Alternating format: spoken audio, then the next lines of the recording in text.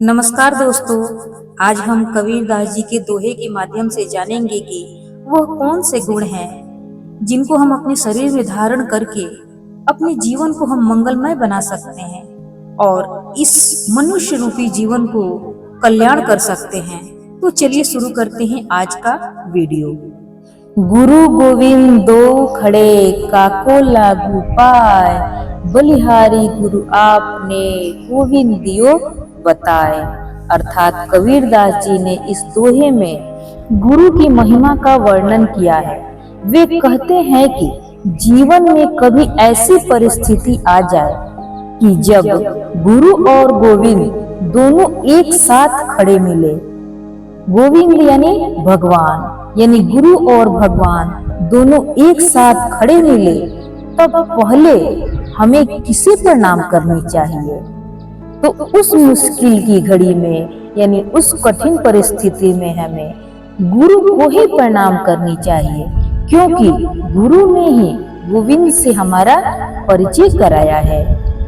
इसलिए गुरु का स्थान ही सबसे ऊंचा हुआ, क्योंकि गुरु न होते तो हम गोविंद यानी भगवान के बारे में नहीं जानते कि परम पिता परमेश्वर यानी भगवान ईश्वर क्या है, कौन है।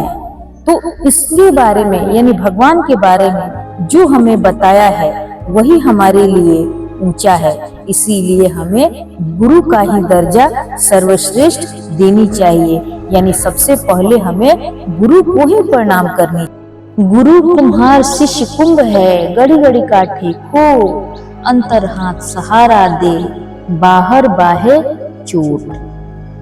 अर्थात कबीरदास जी इस दोहे के माध्यम से हमें यह संदेश देना चाहते हैं कि गुरु कुम्हार होता है, यानी जो मिट्टी का बर्तन बनाता है उसके समान होता है, कुम्हार होता है, और शिष्य मिट्टी के बर्तन के समान होता है। जिस प्रकार कुम्हार अपने घड़े का दूस निकालने के लिए अंतर हाथ यानी भीतर से हाथ का सहारा देकर ऊपर से चोट मारता है, उसी प्रकार गुरु अपने शिष्य को बाहर से कठोर अनुशासन की चोट लगाकर अंतर प्रेम भरते हुए शिष्य की बुराइयों को दूर कर देते हैं। या दुनिया दो रोज की, मत करो या सोहेर, गुरु चरण चितलाइए, जो पुराण सुख होत। अर्थात कबीरदास जी हमें ये बताना चाहते हैं कि गुरु का चरण पुराण के समान सुख देता है, यानी ग्रंथों को जिस प्रकार पढ़ने में हमें आनंद मिलता है उसी प्रकार गुरु का चरण भी हमें परम सुख देता है। इस संसार का झमेला 2 दिन का है, यानी कि मोह माया का बंधन कुछ दिनों का ही है, अतः इससे मोह का संबंध मत जोड़ो, सद्गुरु के चरणों में मन लगाओ, क्योंकि परम सुख देने वाले प्रभु ही हैं, यानी कि परमात्मा ही है। इसीलिए हमें सद्गुरु के चरणों में मन को लगानी चाहिए और अपने जीवन को मंगलमय बनानी चाहिए। साच बराबर तप नहीं, झूठ बराबर पाप, जाके हृदय साच है, ताके हृदय आप।